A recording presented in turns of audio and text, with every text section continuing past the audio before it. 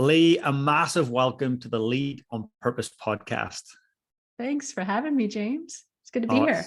Such a pleasure. I'm very excited. When I seen the book, I was like, yes, I need to talk to you. So before we get into that exciting stuff, I just want to ask you a question. When you think of leadership, what comes to mind? Yeah, that's a big one. And it's actually changed and evolved over time. I think right now what I'm really attuned to is a leader who really knows themselves, who's really attuned to themselves, but is also good at sensing the talents and the yearnings and the needs in a system, and really helps leverage people in their gifts that may be way outside of their own. And I think that's really something that indicates to me a leader is really mature, is that they can nurture other leaders that have super different talents, and that they can really sense the needs of a system and motivate them in that way. So it really takes, it's no small thing to be a great leader, I think, especially for the long haul. So that's what comes to my mind. Yeah. Thank you. No, I really love that. And you're right. I think there are moments where we can show great leadership, but to do that over a sustained period of time, I mean, that's truly a challenge.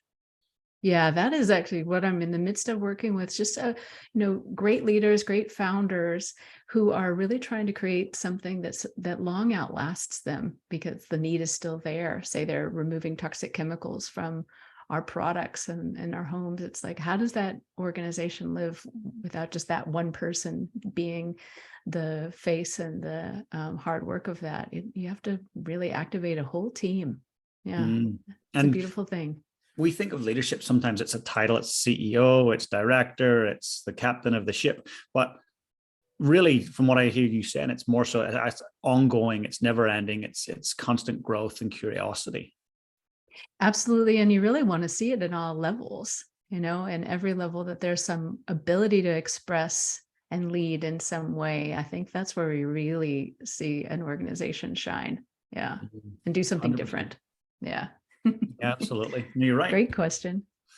Now, we are in a world that, if we rewind 50 years, there's no digital technology, there's no pings, there's no dings, there's no Instagram, Snapchat, live streaming, there's none of that. But nowadays we've got so much around us, and the demand for our attention is just huge. So you have written an incredible book along with your co-author, and that book really dives deep into the fact that we are in a very noisy, distracted world. What led you to the point of being able to write that book and being inspired to write that book? Mm-hmm. Well, at first, I think we had to be completely despondent about the state of the world. So in other words, I think we kind of fell flat on our faces first, felt a sense of desperation to break through the noise. So Justin Zorn, my co-author and partner in crime, was working in DC as the legislative director for 3 members of Congress, and really quite in the thick of things there. And as you mentioned, it's louder than it's ever been. And I think Capitol Hill's one of the loudest environments one could be in. And then I was also working and am still working on really complex issues that feel very urgent. So they have that charge of, oh my gosh, it's, we're working on climate change, or we're working on toxic chemicals. We've got to do everything we can. We got to squeeze it all in. So there's a lot of urgency compounding the importance that we all feel. And so both of us had really hit our limits with that. The answer wasn't feeling like more meetings, more talking, just a different way to cleverly, depict something, or more, I don't know. It just didn't feel like more, faster was doing any good. And so we both have the same intuition that the place to look would be in silence, that maybe the answers would come from beyond and maybe between all the mental stuff, that it wouldn't come from more thinking and talking, and Lord knows, not more meetings and more PowerPoints. I'm with you on that. Yeah. It's interesting, the idea of silence. I've got a client who's heading to India for 2 months to see his family. And he says, James, for 10 days, I'm going on a silence retreat, a meditation, and I won't speak. And so I'm very curious about it. And there's a deep part of me that wants to do exactly the same thing. I'm a talker. I like to ask questions. I love to engage with people, but actually I'm very much an introvert, and I love my own space, and I live way far from the city, and I love to look at the ocean. And so for me, silence is almost essential to just thrive and survive. So what's your experience around the root of silence in our civilization? What are the cultures that have embraced silence that have really helped them? Really, so many. In fact, in this book, we're really arguing that this is an innate human understanding, that we need downtime, that we need quiet, that there's value in that time. And so one place we look, for example, because this shows up in all the world's religious traditions, science is proving it out. I mean, more recently, we look at neuroscience, and we look at just physical science, and how the impact of noise is so great, not just on our ears, but on our entire bodies, and how silence is restorative and healing even.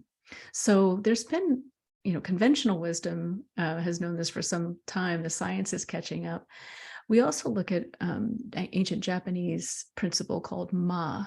Ma, transliterated, the kanji characters is a temple gate. So imagine a temple gate with slats through it and the golden sunlight pouring through. So it is this word that means emptiness, nothingness. It's also defined as silence, although our favorite definition is pure potentiality.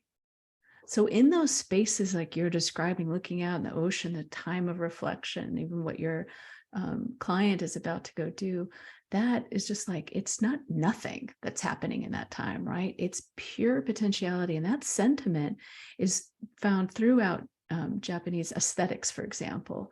If you look at haiku poetry, what is said is as important as what is unsaid. If you look at ikebana flower arrangement, you can imagine the branches and the petals, that the empty space around that arrangement is as important as the petals and leaves themselves. Scroll painting, same thing. The swoosh of the paintbrush is yes, it's like that's part of it, but so is the empty space that it's presented on. So that balance of the content and the emptiness, or the content and the pure potentiality, is something that we sorely lack right now in our environment. We're a little seduced by content, I would say, a little transfixed on that doing and saying and writing and posting and responding, those actions, and not giving enough space for the reflective space, the space for things to emerge. And that's really the kind of work I'm doing in complexity, in spaces of complexity. That's where innovation takes place. That's where novel thinking takes place. And if you're just going for the quick reaction, you're going to get conventional thinking. You're not going to get new, interesting ideas, and you're not going to include a whole lot of people who tend to be maybe introverts, maybe it's just slower kinesthetic processors. You're not going to get the kind of edgy, interesting ideas. So you're not doing your best thinking in those situations, to point to that in particular. Yeah. That's really powerful. And I really do resonate with that. So for the last 30 years, I've been a drummer, and often if I have a drum line and people are playing and all of a sudden we stop, that's where the most impact for everyone. They're like, whoa, like, then you come back in. It's like that piece of silence where you guys didn't play. That was the most powerful piece of the music. I was like, yeah, but we didn't play. Like, we did nothing. Like, yeah, that was it. We enjoyed that bit the best. Yes. Right. Yeah. Musicians never have trouble with this, right? It's like, what would music be without those silent spaces in between, which is also the pure potentiality, and that juxtaposition of beautiful sound. Like, there's a great quote by Susan Sontag, that great art leaves silence in its wake. And that's what I hear you saying. You're speaking to that like you're in the moment, you're feeling it. And then the silence allows you to really appreciate it, to just recognize what that incredible moment of people playing together. And that's an old technology, if you will, trance and dance and making music and I mean, it's like, that's old technology. That's what I mean. This is not a new hack. This is not a newfangled idea. We know how to be with silence. We know the beauty that it can bring into our lives, and we're sorely lacking it. Yeah, we really are 100%. We had an earthquake, well, several thousand earthquakes here in Christchurch in 2011. Oh, you're in Christchurch. Okay. Wow. Yeah. And so interesting. I'd never been in an earthquake. And in Ireland, we'd talked about it in school and been told what to do, but Ireland never experiences earthquakes. So it was in New Zealand. It was in the middle of the night. The house was, it was a 7 point something earthquake and the house was going nuts. But when that earthquake stopped, that silence was deafening. Like, it was profound. It was incredible. I'll never forget that moment. It was like, whoa, the earth has stood still. But it was, I think, the contrast with the incredible noise, the earth moving and shaking to nothing. It's like, wow, the whole city, the whole island essentially had stood still for a moment. And that's something I'll never forget. It was really, really powerful. What do you think for you was going on in there? I ask because we open the book with this question: what's the deepest silence you've ever known? And I'm not saying that's your very deepest, but it sounds like it was up there for you. What's the deepest silence you've ever known? Like, and what was that experience like for you? What changed for you in there? I think what the deepest silence would be. Mm-hmm. I think probably I'd just moved to New Zealand. I was in my early 20s, and I'd been running a music rehearsal. It was probably 9 p.m. and my phone rang, and I answered. It was my dad in Ireland, and he says, "Your granddad just died." And that moment, it was true, deep silence, deep reflection. I felt really connected. There was a very deep emotion. There was sadness, but also it was joy. It's like he was the greatest granddad ever. Like, I really connected with him throughout my life. But yeah, it was a really powerful emotional moment. So I felt like not only was there silence between me and my dad after him telling me that news, but there was this strong emotional experience combined with that silence. So it wasn't silence and I was numb. It was silence and I was deeply charged in an emotional way. So yeah, I would say that was probably the biggest moment for me. I love how you describe that. And that is essentially what we found as we wrote this article for Harvard Business Review back in 2017. It was really focusing on auditory noise, just the loudness of the world, which is, by the way, if people are wondering, is it louder? Yes, it's exponentially louder. We use the proxy indicator of emergency sirens to look at how those decibel levels have increased in order to alert people in these, it needs to break through the din, right? It needs to get our attention. So in the last 100 years, those alarms have gotten 6 times louder than they were in the past. So yes, it's louder auditorily. We were interested in that.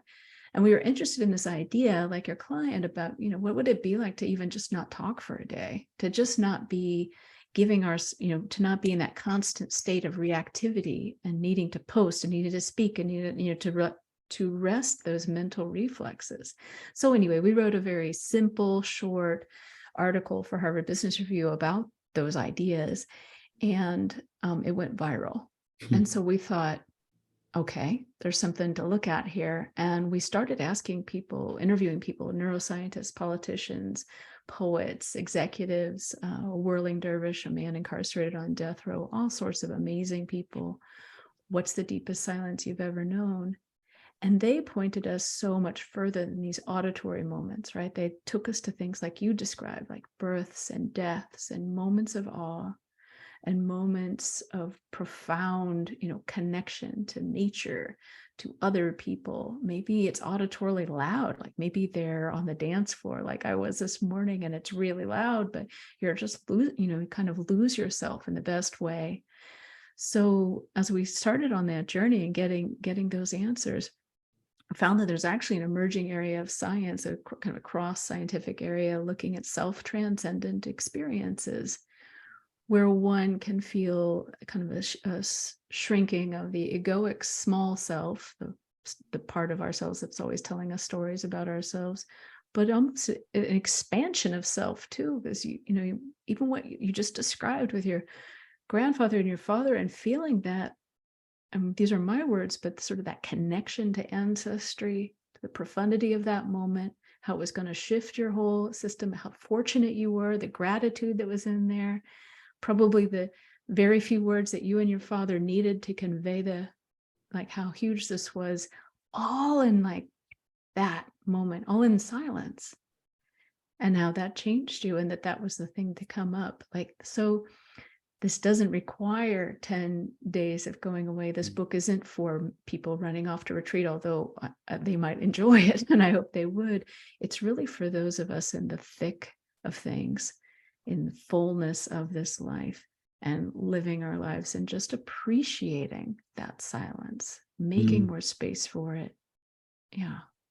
That's amazing. And in terms of if we don't engage with this silence and really make space for that, what's the potential consequence or outcome if we constantly just surround ourselves with distraction and noise? I say it'd be the antithesis of what you're here to do on your podcast. Like we're not on purpose. We may not be leading that well. We're certainly not on purpose. So for Justin and I, when we look at this, the importance of this, it's, silence is enjoyable and it brings us all kinds of riches and sense of connection, but it helps us discern what is noise in our lives and what is the true signal, that which really bears our attention. Because in that noise, there are some things that really need our attention.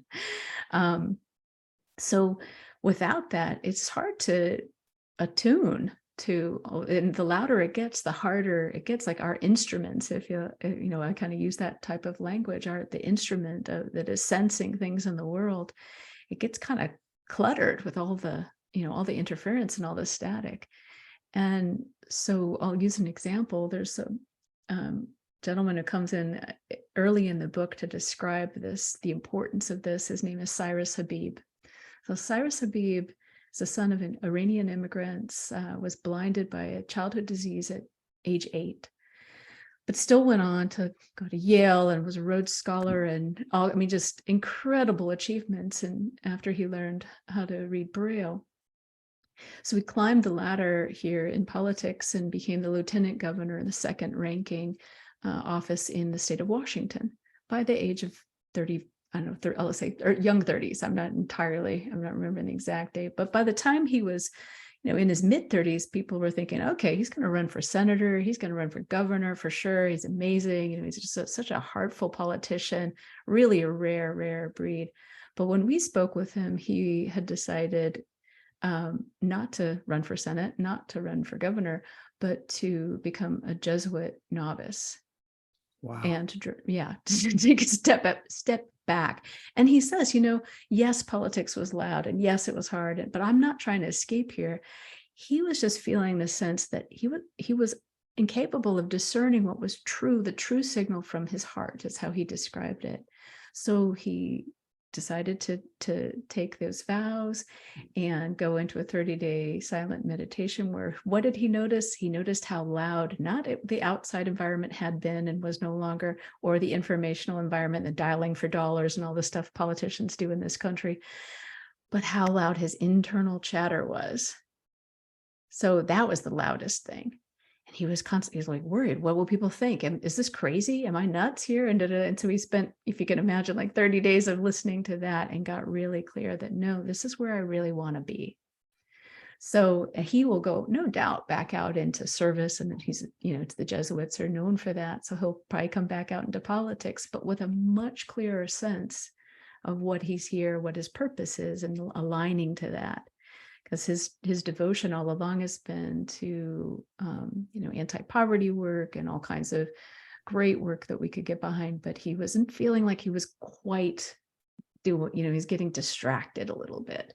And we all might, a lot of us, I think there are times where we're just a little bit off from our real purpose, but a couple of degrees, you're on a different continent in navigation. Mm-hmm. So you want to watch it and really tune in and get aligned in that way. So we look to Cyrus Habib to kind of help us get the taxonomy of noise. So we look at auditory noise, informational noise. So auditory, that's what's coming in our ears.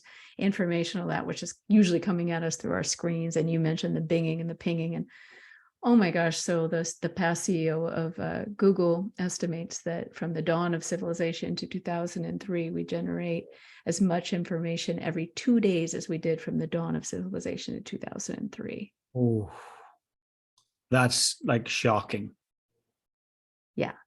In the United States, we take in something like 5 times more information as the past generation did. So we're cramming ourselves with information, but it's also grabbing for our attention, as you pointed out. So it's like aggressive. And then we look at, well, what does that do to our internal landscapes? What does that do to the soundscape in here, in our minds? And Ethan Cross, a professor at University of Michigan, estimates that we listen something to 320 State of the Union addresses every day. Now, State of the Union addresses in the United States are probably not that different than they are in other countries, but let's just say they're often very, very long-winded. Yeah.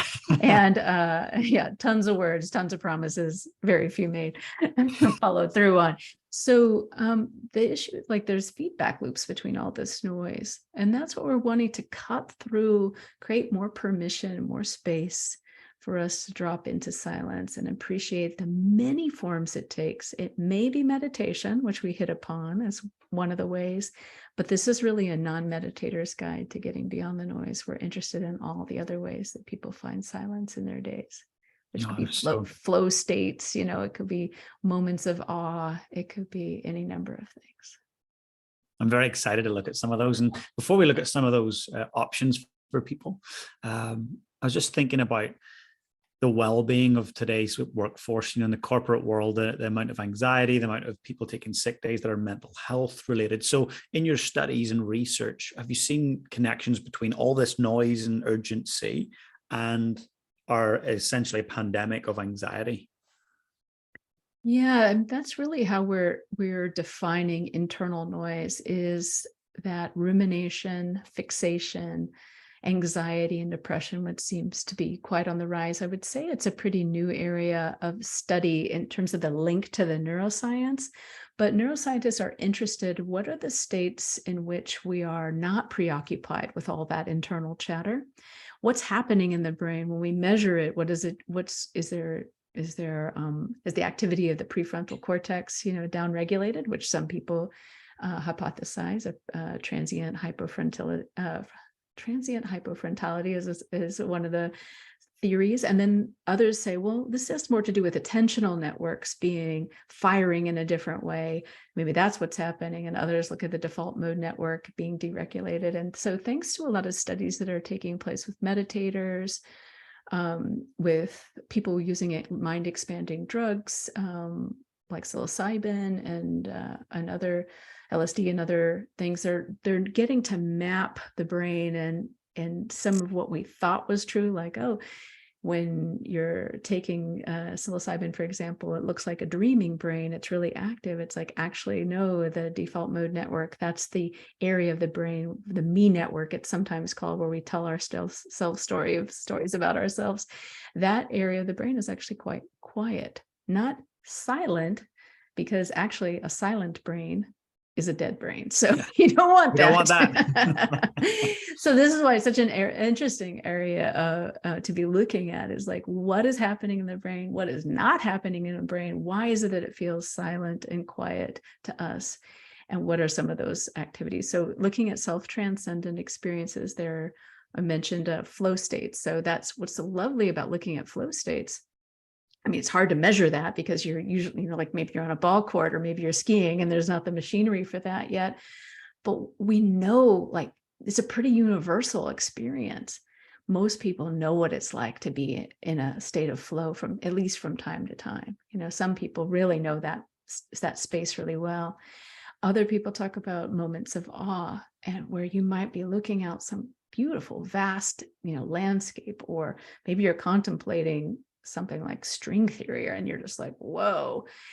Another, that sense of egoic self shrinking, but the sense of interconnectivity to, you're getting larger and smaller at the same time, so there's something really beautiful about that. There's something really quietening about that. Also, those are experiences brought about in meditation, maybe through mind expanding drugs, things like that. And mystical experiences, which are also hard to measure because they're usually spontaneous, and you don't tend to have an fMRI on hand when you're becoming one with God, it turns out. So we look where we can, and it's just a fascinating area. We had so much fun looking into this. What does it mean to be quiet? Quiet is what we think quiet is. And that's one of the things we point the reader and your listeners to, is that it doesn't matter what anybody else is doing for their form of quiet. They may be meditating, they may be not meditating. Around where I'm in Berkeley, California, there's a lot of finger wagging if you're not meditating enough, mostly to ourselves. But it's like, oh, you're not, I should be meditating, I've been meaning to meditate. But forget that. Like, if that's not how you find your silence, don't worry about it. If it's gardening, then perfect. If it's dance, like I was describing, in a loud studio, perfect. Whatever the way that we find our way is what's important. So that's what this book is all about, is the many, many routes to silence. Yeah, I love that you actually redefine silence, and silence is not nothingness and zero sound. It's actually it's finding a place where you're in flow and you're deeply connected, and essentially you've silenced the distractions of your mind. Yeah, when we look at this, we say silence is the absence of noise, but it's also so much more than that. And it was our interviews with people that pointed us in this direction, that silence is the absence of noise, but it's also a presence unto itself. So we turn to all these just brilliant thinkers for definitions, and a few of those are like, Gordon Hempton, he talks about silence as the think tank for the soul. Pir Shabda, who's a Sufi mystic and musician here in the Bay Area, he says silence is not silent at all. It's teeming with life and joy and ecstasy, but it's quiet of thoughts of the self. It's quiet of foolishness. I love that.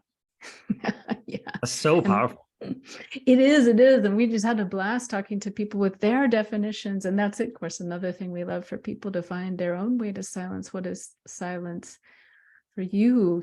What is that moment you described? And thank you, by the way, for sharing such an important moment. That's the other thing, is that these deepest silences, they're pretty profound moments in our lives and very tender. So what is happening in that space? I mean, I mentioned there's that sense, can be that sense of feeling connected to something way bigger and deeper than this present timeline, the full ancestry, the whole lineage, all of those things, and the gift of being raised in a kind family with a kind grandfather, like you described. Yeah, very fortunate, very, very fortunate. And I think of, say, the CEO or the leader, and in the back of their mind, they're going, you know what? I have to be busy, and I have to be always doing. And if I just be silent and I, get into flow state and do something that's not work related, I'm going to miss out, or I'm going to drop the ball. What's your message to that individual that's almost borderline addicted to work and addicted to urgency? What's your message around silence and its place in their role? Yeah, it's sort of it's in some ways it's twofold. We definitely have to look at our own patterns here, our own habits, and we are addicted. And many of us individually, take that into account, seem to be pretty addicted to being busy. And we have a whole chapter that is titled "Why Silence is Scary." Because our suspicion, and this is from the inside out, like I said, we're not experts on silence. We're just walking, we're walking through this curriculum like everybody. Once we called this in, we sort of had to walk the talk, right? So why is silence scary? Why am I resisting this time with myself, with my family, to facing this, maybe my career choice, my marriage, my life choices, whatever that is? We honor that silence can be scary, that the noise, the busyness can be really masking and covering a lot of things that are not working in our lives. So acknowledging that is so And also there is a system in place. In the United States, anyway, it's the GDP, right? It's the gross domestic product. Everything is driving towards more noise in this country. We don't value a pristine redwood forest. It's only valuable if we cut it up, chop it up, and sell it at Home Depot. The same is true of our pristine attention. Unless we cut that up and turn it into click-throughs and eyeballs on a screen, it's also not valuable to the system. So there's a bit of a both and. There's a personal responsibility and something to investigate for sure. And the system is rigged, at least here, and in many of the countries where I know you have your listeners, the system is rigged. And so there's something to change on a bigger, broader scale. And that's we in this book look at our individual practices and the practices we might have with coworkers in the office, and also those at home with loved ones and family and friends, but also how we as a society can honor silence for what it actually gives us, which we believe is, the ability to connect, the ability to get true on our purpose, the ability to heal, the ability to reflect, and all of this is so needed these days. So we miss out on a lot when we don't make time for that. Everything, everything that matters. Every leader needs to hear that actually the gold is in the silence. Absolutely. So I found this time and time again. So I was guilty of, I was hired by NASA Goddard Space Flight Center to do some work in their communications for multi-generational teams and to help them with their keeping in touch with their experimental mindset, that they stay nimble, right, in their problem solving, particularly around climate. It was a great honor and pleasure to work with them. And I was scared to death when I first got in there. So what did I do? I did this is a total rookie move. I packed the agenda so full that there wasn't even a moment for them to breathe or reflect or object or anything. It was just like 2 weeks worth of workshop in 2 days. Now NASA's self-described workforce is self-described 75% introverts. So by the end of day one, they looked like they'd been through a hurricane, right? They were a wreck, like shells of themselves. Anyway, by the end of day two, they were just flattened. So I realized that, okay, this is not going to work. Like this is not going to work. So we pulled out all kinds of content. So that was a ma-less free for all. If we go back to the Japanese term, there was not a moment of ma.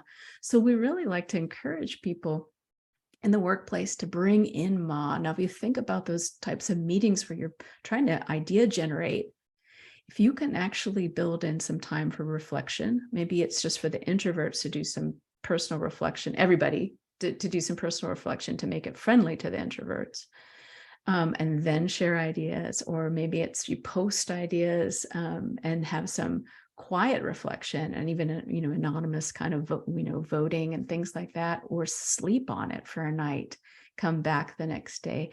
If we can add some spaciousness in these kinds of idea generation things, we're going to see much better thinking as the end result. So that should be very tempting to anybody, unless you're going for conventional thinking, which most of us are not. You need some edge, right? You need some breakthrough, you need some novel thinking. That's how you do it.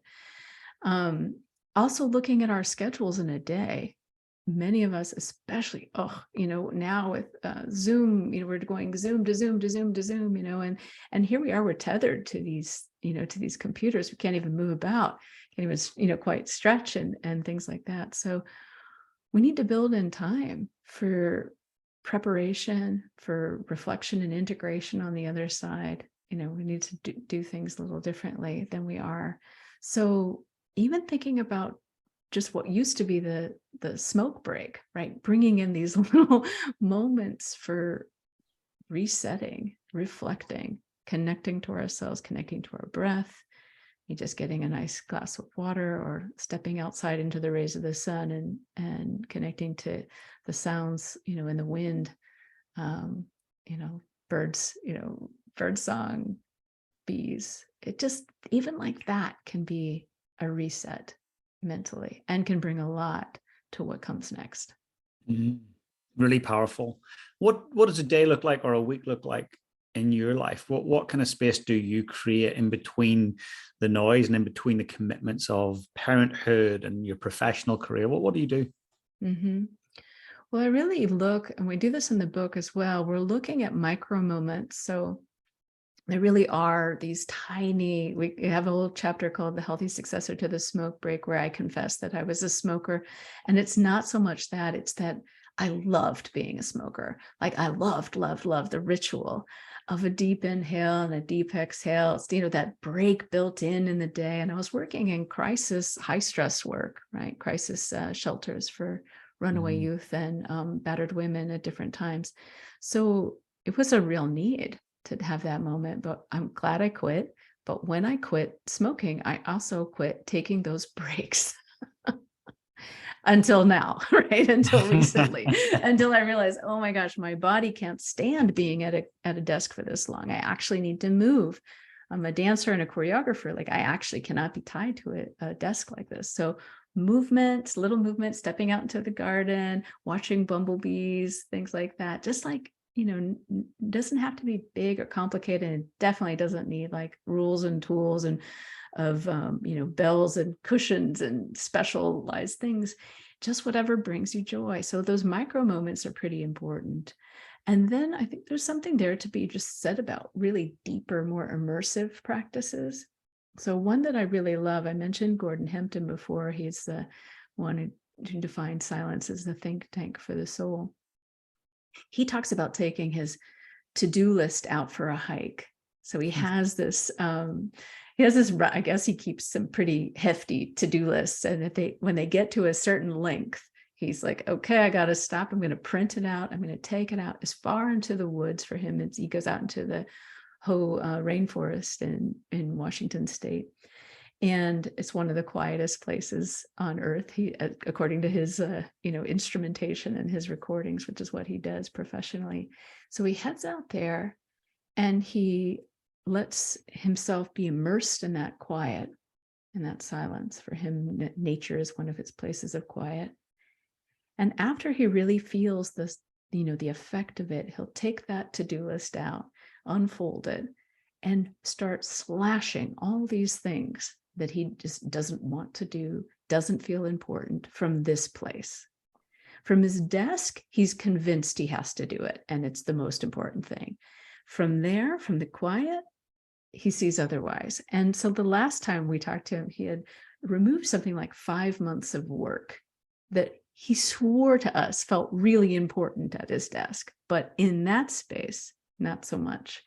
Folds up his list and then hikes back out 5 months later. Wow, that is golden. Totally. I love it. I need to try so that. We need those deeper moments. So not just the micro moments. That's not quite enough.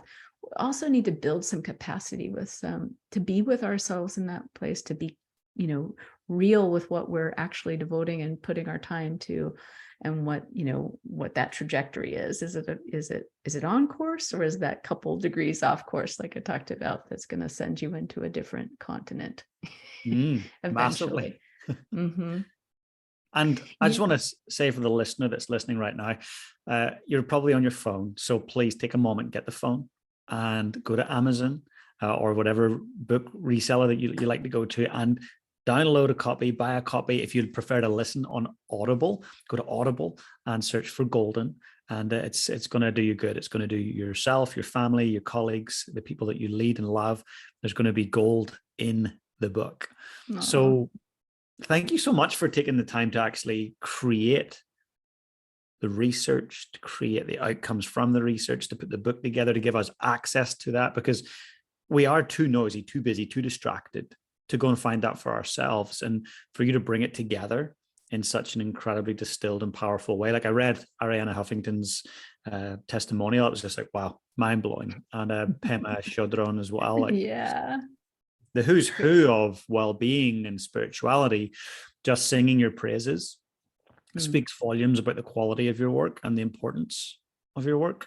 So today I'm inspired after this actually to create some space, and I can hear the birds out through the glass, but I'm going to get out there and be with them for a moment. So thank you for that. Oh, you're so welcome. Do it, do it. And I didn't mention this, but I just want to give a little shout out for finding those practices with your friends and families. And there's a whole section on that. And then really getting deeper into that. What does it mean to do this work together? Those of us who are working in teams and things, because there's a lot of deep work that's missing, a lot of deep, thoughtful, work that's missing because we're just getting interrupted all the time. And we can feel that. It's like there's a quality that's not there. So there's some solutions there, as well as what we can do as larger communities and society to really value silence. So that's what this book is about, is appreciating silence and the gifts it brings. Thank you so much for your appreciation of it. Oh, my pleasure. Absolutely my pleasure. And I guess one thing I hear a lot from clients and friends who've got kids who are late teens or they're adults, just saying, you know what, that time goes so quick. I'm so guilty. At times I was too busy to be present. So I imagine this book and some of the practices within it will allow parents who do have kids that are still kids to create space for deep connection that they can be so proud of when they look back in later years. Absolutely. In fact, Justin has twins who are almost 3 and a 6-year-old. So we're really not messing around here. Like we're like living it in our lives. And I have a teenager, and really our kids are some of the best teachers about silence and about quiet. They bring in that childlike wonder, those moments where there's just like, there's not that internal chatter going on. They're just appreciating, observing, especially the natural world, or reminding, Justin, like, oh, shh, be quiet on this part of the walk, Daddy, because this is where the fairies live. And it was my daughter's idea to be in silence for a day on one of these deep camping trips we did in Alaska. We just didn't talk for a day and watched the puffy clouds. And that was her idea. So kids know their way around silence. They actually do. It's beautiful. And talking about kids, I've got just one last question, but before we wrap up. So if we were to fast forward to the very last day of your life, and you know that it is your last day, and someone very young in your life, maybe it's a grandchild, asks you this question: how do I lead my life on purpose? What advice would you give them?